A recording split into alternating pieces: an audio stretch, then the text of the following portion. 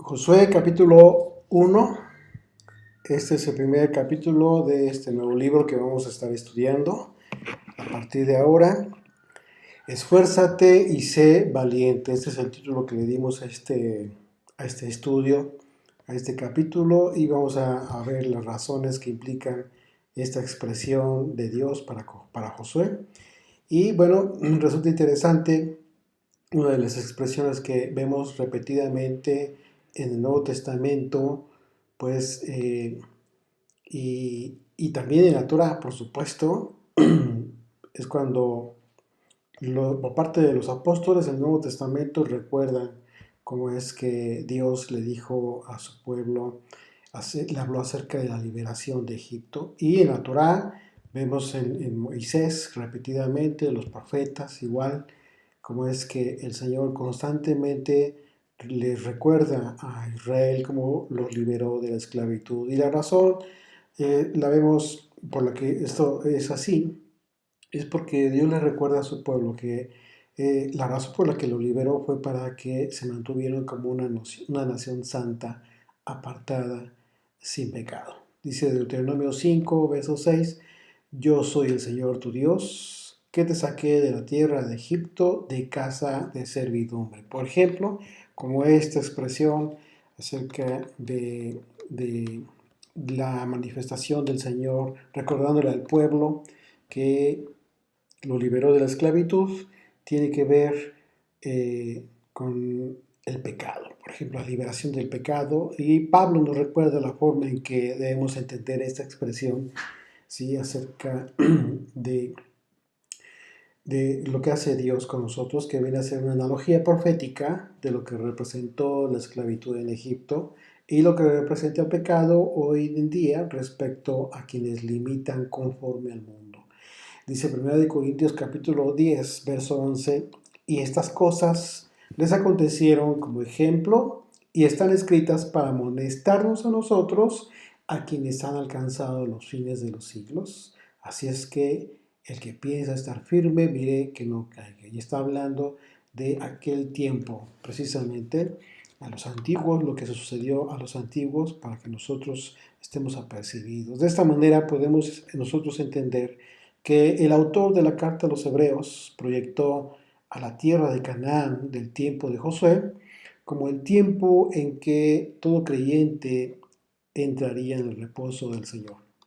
Dice Hebreos 4, a partir del verso 8, porque si Josué les hubiera dado el reposo, no hablaría después de otro día. Por tanto, queda un reposo para el pueblo de Dios. Porque el que ha entrado en su reposo también ha reposado de sus obras, como Dios de las suyas. Procuremos, pues, entrar en aquel reposo, para que ninguno caiga en semejante ejemplo de desobediencia, porque la palabra de Dios es viva y eficaz, y más cortante que toda espada de dos filos, y penetra hasta partir el alma y el espíritu, las coyunturas y los tuétanos, y discierne los pensamientos y las intenciones del corazón. Y no hay cosa creada que no sea manifiesta en su presencia. Antes bien, todas las cosas están desnudas y abiertas a los ojos de aquel a quien tenemos que dar cuenta. Así es de que imagínense qué importante resulta esta expresión del autor de la carta a los Hebreos en relación al reposo, en relación a esta exhortación para poder entrar al reposo al que hemos sido llamados. Así es que, mientras que para los hebreos la liberación de Egipto fue una preparación para recibir las riquezas de la tierra de Canaán, la tierra prometida, a partir de Yeshua todo creyente es rescatado, es liberado del pecado para recibir la bendición de una vida abundante, como lo expresó el apóstol Pablo en repetidas ocasiones al hablar de las riquezas en gloria y que provee el hecho de que el Mesías viva en nosotros. Así es de que esto resulta muy importante, y en este sentido la analogía profética que relaciona a Josué con Yeshua es lo que uno y otro entregan al pueblo.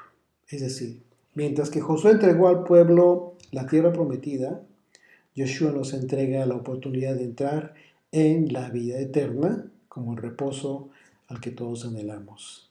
Esto, por supuesto, que es una analogía de todo aquello que hemos estado analizando en este trayecto de Moisés que dirigió al pueblo hasta el río Jordán. Así es de que dice el verso 1 de Josué 1: aconteció después de la muerte de Moisés, siervo del Señor, que el Señor habló a Josué, hijo de Nun, servidor de Moisés, diciendo: mi siervo Moisés ha muerto. Ahora pues, levántate y pasa este Jordán, tú y todo este pueblo, a la tierra que yo les doy a los hijos de Israel.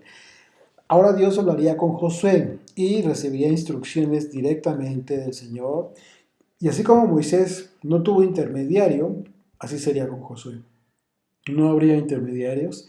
Y en este aspecto, pues resulta muy interesante el significado del nombre de Josué en el hebreo, que es Yehoshua, que literalmente significa salvado del Señor, salvado de Jehová.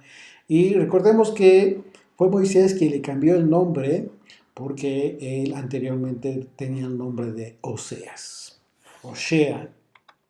Resulta interesante que el nombre de Josué es en el Nuevo Testamento es la palabra Jesús y se traduce como Jesús.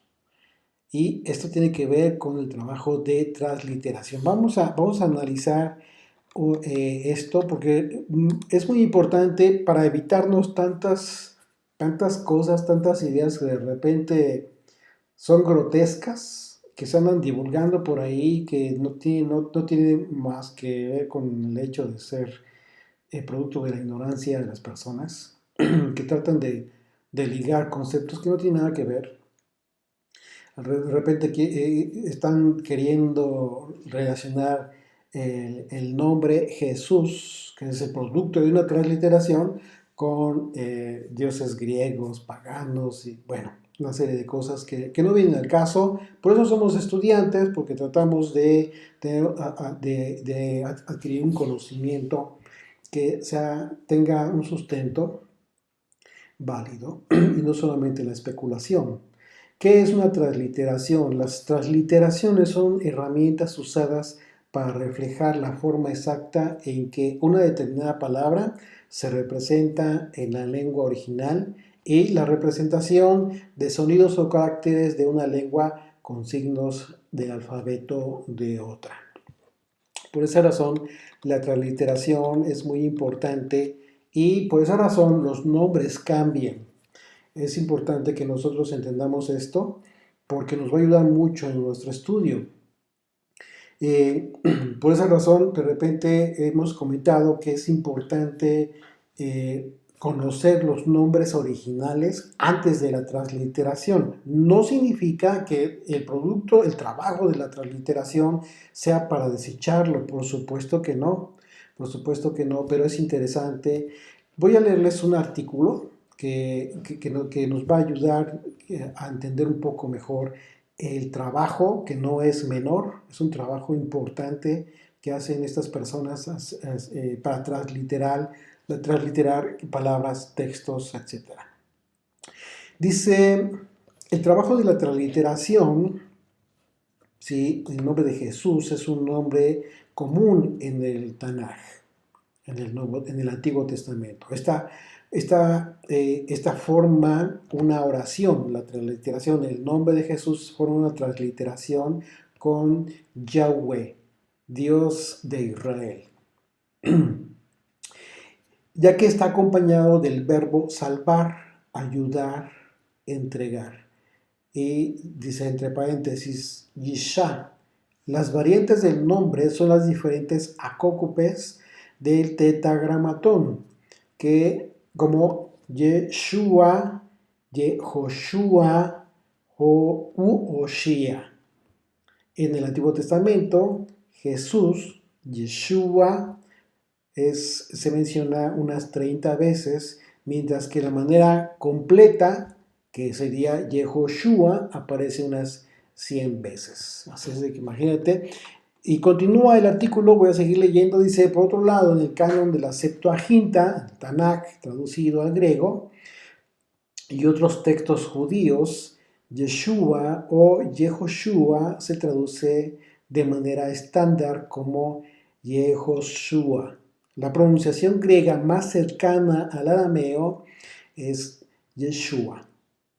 Este cambio histórico puede deberse a un cambio fonológico. Ustedes recuerdan que hemos hablado de este tema precisamente en el sentido de que con el paso de los años, con el paso del tiempo, incluso el hebreo de hoy en día ha cambiado mucho del hebreo original en su fonética, incluso en su escritura. Ya no es el mismo que el hebreo antiguo, incluso en Israel mismo, la forma de pronunciar ciertas palabras en el sur y en el norte es diferente. Entonces, a esto se refiere esta porción de este texto cuando habla del cambio fonológico. Dice, por los cuales los fonemas guturales del hebreo se debilitaron, incluía la yud, por lo general, el elemento teofórico, yeho, se contraía al comienzo de un nombre con yeo, en lugar de yeho, con yo, para el momento que se adaptaron los nombres al griego, como Yeho era prácticamente homófonos. Yo, la forma corta de Yeho en los nombres se solía pronunciar como una I. Sin embargo, Jesús está compuesto de Yeshua, dando como resultado doble Y, Shua, Yeshua. Y se decidió borrar la Y repetida, porque era doble Y al principio, para pronunciarse Yeshua o Yeshua, siendo la segunda opción la más común. Y los judíos, durante el periodo de del segundo templo, y muchas figuras religiosas judías del Tanakh llevaban por nombre Josué, mientras que en el Nuevo Testamento llevan por nombre Jesús. Así es de que, de acuerdo con un comentarista, David Flusser, el nombre Yeshua se habría pronunciado Yeshu durante el siglo I. Seguramente ustedes han escuchado de esto, que a Yeshua le decían Yeshu, aunque algunos comentarios en ese sentido dicen que era una forma como despectiva para referirse a Yeshua, a Jesús. Al parecer, dice, continuó leyendo el artículo, dice, al parecer los galileos no pronunciaban la ayin al final de la palabra, de ahí que la transcripción griega omita la a. En el Nuevo Testamento, escrito en griego, se menciona como Jesús. Al final, la S al final de la partícula griega indica varón. Y por eso leemos en Mateo 1:21, dice, y dará a luz un hijo y llamarás su nombre Jesús. Jesús. Será su nombre Jesús, en el griego, Salvador. ¿Qué es lo que significa? Porque Él salvará a su pueblo de sus pecados. Cuando se tradujo la Biblia, continuó ya para terminar este artículo, dice, cuando se tradujo la Biblia Tanaj y Nuevo Testamento griego, en latín la Vulgata se menciona como Yes, es decir, Yes VS. En las ramas idiomáticas del latín, la V es completamente reubicada y su sonido reemplazado por la U y la L por la variante J, quedando finalmente como Jesús. Por lo tanto, Jesús es una aproximación griega, mientras que Josué es una aproximación hebrea. Como ven, interesante, muy interesante. Así es de que, ¿por qué quise leerles este artículo? Hay mucha información acerca del trabajo de la transliteración. Muy importante porque se ha divulgado mucha información que no tiene sustento serio en relación al nombre de Jesús. Ustedes por esa razón pueden escuchar que de repente en los estudios de forma puedo mencionar el nombre de Jesús, Jesucristo, Yeshua, Mashiach, el Mesías, en fin. O sea, ¿por qué? Porque lo hago a propósito por esta razón, precisamente para evitar que las personas consideren que mencionar Jesús tenga que ver con algo impropio. De ninguna manera. Es el producto de una transliteración, un trabajo serio, por supuesto, de gente preocupada por llevar a cabo ese trabajo tan importante. Bueno, continuamos con el verso 3, dice de ahí de Josué capítulo 1. Yo os he entregado, como lo había dicho a Moisés, todo lugar que pisare la planta de vuestro pie, desde el desierto y el Líbano hasta el gran Éufrates, toda la tierra de los Eteos, hasta el gran mar, donde se pone el sol, será vuestro territorio. Los límites de los territorios que se disponía a poseer el pueblo de Israel no fueron alcanzados en su totalidad, y en este respecto algunos comentaristas consideran que, bueno, pues una cosa es que Dios haya dispuesto todo para Israel, efectivamente para que Israel conquistara todos estos límites que se describen, perdón, en estos pasajes, y otra cosa también es que Israel haya decidido no poseer todos los límites por las razones diversas. Israel como nación por un tiempo mantuvo su fidelidad y obediencia al Señor después de que la tierra fue repartida. Sin embargo, como todos sabemos, Israel cayó en la ligereza de su carnalidad, retomando la actitud, la rebeldía, la desobediencia a Dios, y al mismo tiempo fueron perdiendo todas estas bendiciones que ya tenían, de las que ya estaban disfrutando en su momento, y le fueron bendiciones que fueron prometidas por Dios, ya que la posesión de la tierra rica y abundante pues era consecuencia de la obediencia a Dios. Y al no ser así, hasta el tiempo, y esto fue en un momento dado, por ejemplo, en el tiempo del rey David y de Salomón, ellos tomaron posesión de los límites territoriales que fueron prometidos a Abraham, aunque solo fue por un breve tiempo, porque después de este periodo Israel volvió a perder todas estas zonas fronterizas. Toda esta extensión de terreno poco a poco, por causa de su desobediencia, cayeron en pecado. Finalmente, la consecuencia fue de que ya no tendrían todas estas riquezas. Dice el verso 5, nadie te podrá hacer frente en todos los días de tu vida. Le está hablando Dios a Josué. Dice, como estuve con Moisés, estaré contigo. No te dejaré ni te desampararé. Esfuérzate y sé valiente, porque tú repartirás a este pueblo por heredad la tierra de la cual juré a sus padres que la daría a ellos. Solamente esfuérzate y sé muy valiente para cuidar de hacer conforme a toda la ley que mi siervo Moisés te mandó. No te apartes de ella ni a diestra ni a siniestra, para que seas prosperado en todas las cosas que emprendas. Fíjense bien en qué sentido Dios habla de ese esfuerzo y de esta valentía que debería tener Josué. Aquí está la condición para que Josué contara con el respaldo de Dios como lo tuvo Moisés.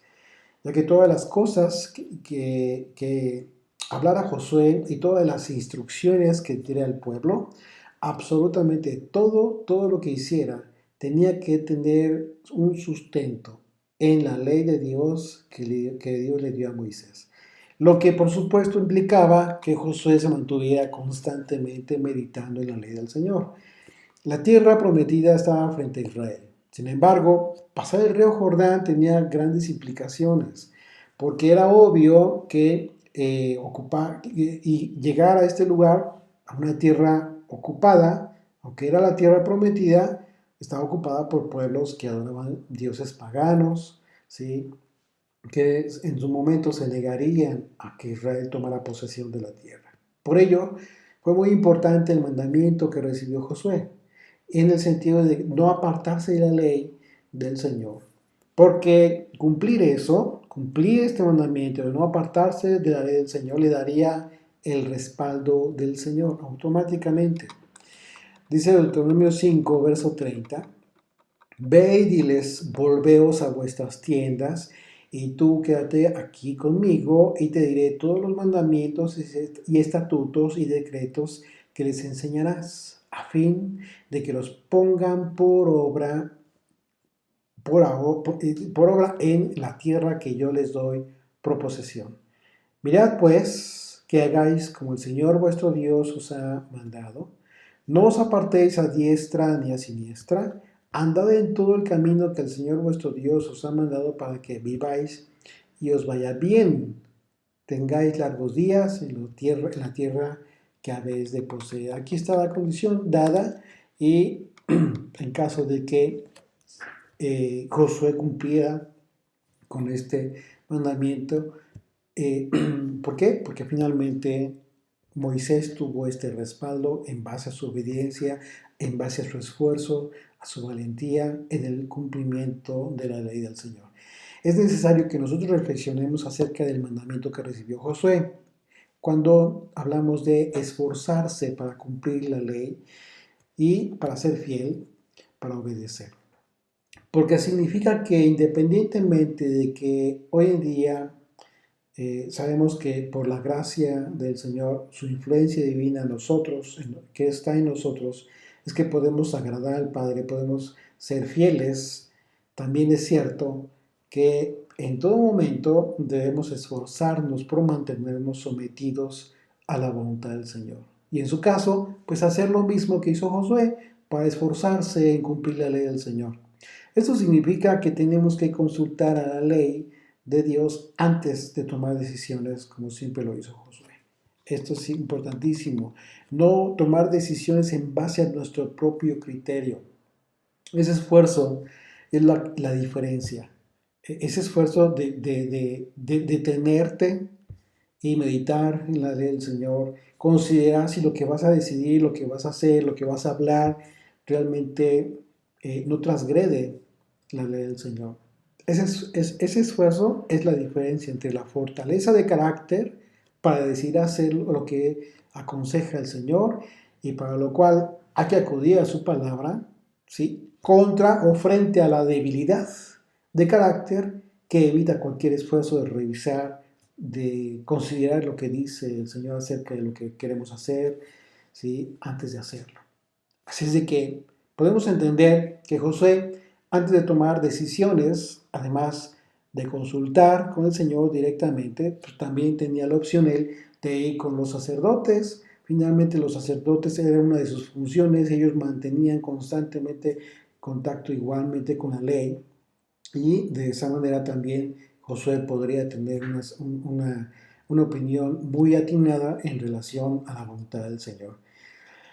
Recordemos que Moisés le entregó a los levitas la ley.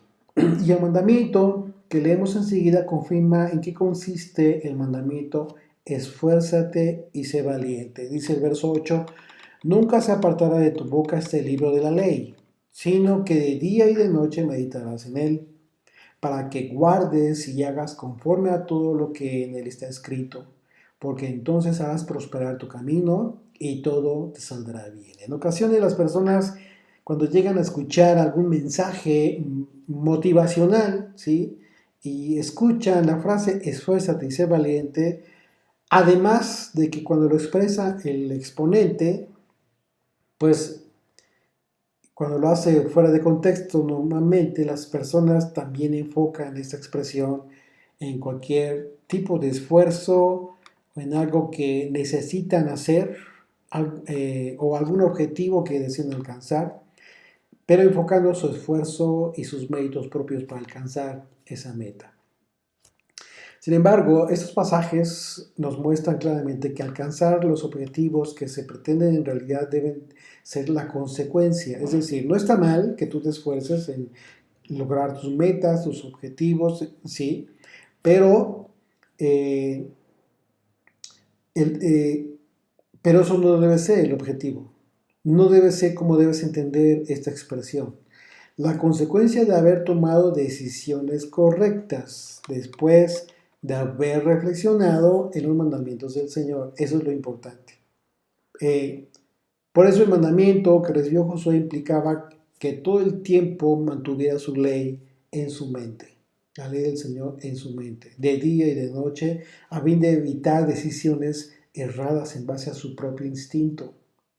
Por esa razón, cuando nosotros hacemos lo que está diciendo el Señor, aconsejándole a Josué, mantener siempre la ley en nuestra mente, de día y de noche, al levantarnos, al acostarnos, cuando vayamos por el camino, etcétera, etcétera. En todo momento, lo que estamos haciendo es mantener siempre viva la ley de Dios en nuestra mente, en nuestro corazón. Porque vamos a obrar en consecuencia, y ese es el propósito. Entonces, el esfuérzate y ser valiente implica esto, que implica mantener la ley del Señor en nosotros y obrar en consecuencia. Ese es el esfuerzo y esa es la valentía con la que debemos de obrar, para que en consecuencia nos vaya bien. Pero tus metas, tus objetivos simplemente deben ser una consecuencia de, porque si no lo enfocas correctamente, tú vas a esforzarte y a ser valiente en tus propios méritos, pero no observando la ley de Moisés.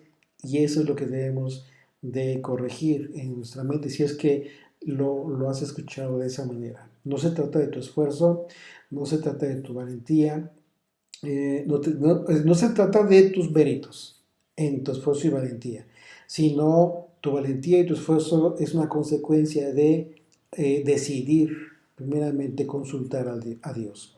Dice el verso 9, mira que te mando que te esfuerces y seas valiente, no temas ni desmayes, porque el Señor tu Dios estará contigo en donde quiera que vayas. Y aquí la palabra hebrea para valiente es la palabra amatz y se traduce como estar alerta.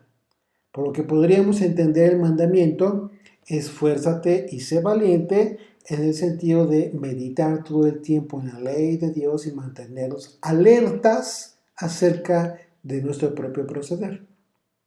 Es muy interesante detenernos a considerar que no se trata entonces de un solo mandamiento. Si lo vemos bien, con detenimiento, no se trata de un solo mandamiento, es decir, no solo se trata de tener presente en nuestras mentes la ley de Dios, sino que ese mandamiento resulta necesario para poder cumplir el mandamiento que representa la consumación de nuestra fidelidad. Porque toda nuestra obediencia debe ser reflejada en el hecho de poner por obra todos estos mandamientos en los que meditamos. Este es el objetivo final que debemos perseguir. Dice el verso 10. Y Josué mandó a los oficiales del pueblo diciendo, pasad por el medio del campamento y mandad al pueblo diciendo, preparaos comida, porque dentro de 3 días pasaréis el Jordán para entrar a poseer la tierra que el Señor vuestro Dios os da en posesión. Esta organización de la que está ordenando Josué, por supuesto que implicó una preparación de tipo militar, claro, en lo general, ya que la preparación de alimentos era necesario para el caso de tener que enfrentar tener algún enfrentamiento militar con algún pueblo cananeo, una vez que el pueblo haya cruzado el río. Recordemos que Israel siempre fue monitoreado, por decirlo así,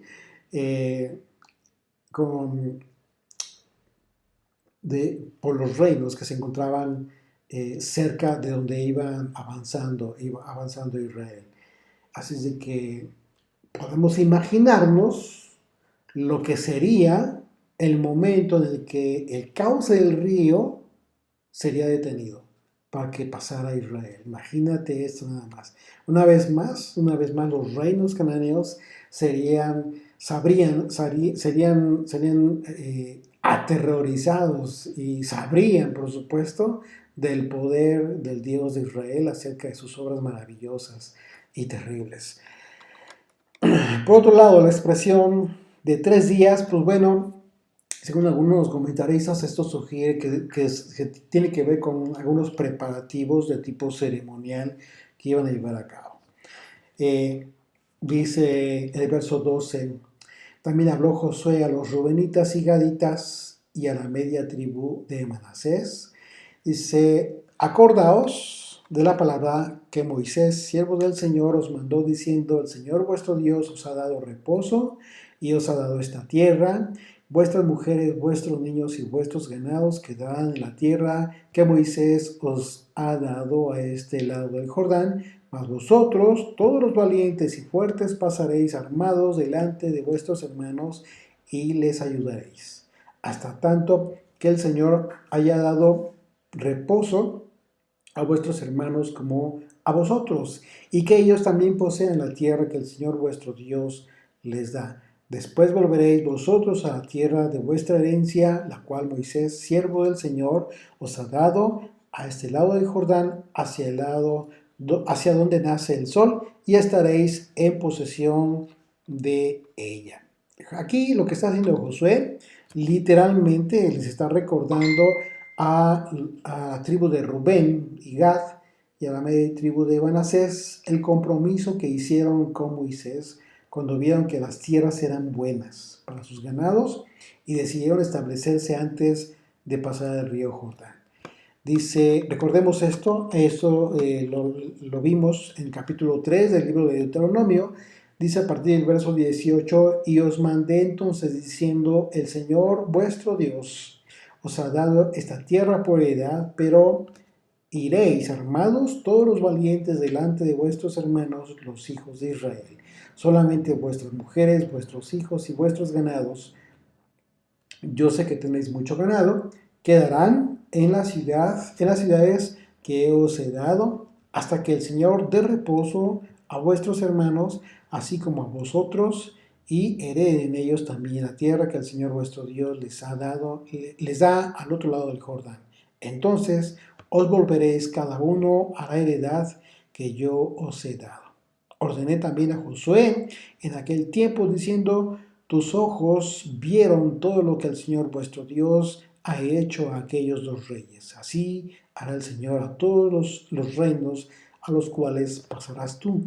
No los temáis, porque el Señor vuestro Dios, Él es el que pelea por vosotros. Así es de que recordemos que efectivamente estas tribus decidieron quedarse antes de pasar el Jordán precisamente por la tierra que era rica para sus ganados.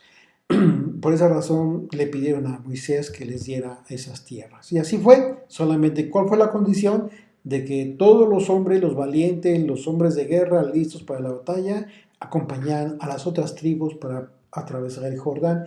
Y una vez, hasta entonces que ya tuvieran reposo las otras tribus, regresarían con sus familias a la tierra que ya tenían en posesión. Y dice el verso 16, entonces respondieron a Josué diciendo, vosotros haremos todas las cosas. Fíjate bien la respuesta de estos líderes. Dice, entonces respondieron a Josué diciendo, nosotros haremos todas las cosas que os has mandado e iremos a donde quiera que nos mandes. De la manera que obedecimos a Moisés en todas las cosas, así te obedeceremos a ti. Solamente que el Señor tu Dios esté contigo. Aquí subraya esto. Dice, ¿cuál fue la condición? Solamente que Yud-Heh-Vav-Heh esté contigo como estuvo con Moisés. Y esto es importantísimo que lo consideremos. Esos oficiales de las tribus respondieron con fidelidad, pero con una característica importante. Su fidelidad y su obediencia al compromiso hecho con Moisés se mantendría siempre que Dios estuviera con Josué, como lo estuvo con Moisés. Imagínate el grado de responsabilidad. Y esto es importante porque a nosotros nos da una enseñanza muy valiosa. La respuesta de los líderes de estas tribus se sujetó no a los hombres, no al hombre, sino al respaldo de Dios, a los hombres, el respaldo que Dios le daría a los hombres. En el contexto de la enseñanza de la proclamación del Evangelio hoy en día, es necesario entonces que nuestra fe, que tu fe sea edificada solo por el respaldo de la palabra de Dios. no por los hombres, no por los líderes, no por los maestros, no por aquellos que comparten la palabra de Dios, no por lo que digan, no simplemente porque lo dicen, sino porque lo que hablan, lo que dicen, lo que deciden está respaldado por la palabra de Dios. Esta fue la respuesta que dieron esos hombres a Josué. Solamente que el Señor, tu Dios, esté contigo. Así es de que imagínate qué importante es que nosotros consideremos que nuestra fe solamente sea edificada por la palabra de Dios que difunden quienes desempeñan algún ministerio. Y dice el verso 18, cualquiera que fue rebelde a tu mandamiento, y ellos mismos confirman esto, pero además agregan esto. Dice, cualquiera que fue rebelde a tu mandamiento, por cuanto Dios está contigo, es obvio, y no obedeciera tus palabras en todas las cosas que le mandes, que muera. Solamente, una vez más, que te esfuerces y seas valiente. Así es de que resulta muy importante que comprendamos que lo drástico de estas palabras por parte de los líderes de esas tribus se debió a que quien no obedeciera al mandato de Josué implicaba que desobedecía el mandato de Dios. ¿Por qué? Porque Dios estaba con Josué. A eso se refirieron estos hombres. Porque Josué ya había decidido, ya había recibido el mandamiento que al final los líderes de esas tribus le repitieron a Josué. Solamente que te esfuerces y seas valiente. Así es de que, pues bueno, que el Señor permita que nuestro esfuerzo y nuestra valentía sea en el cumplimiento de la voluntad de nuestro Padre, que es Rey de Reyes y Señor de señores. Amén.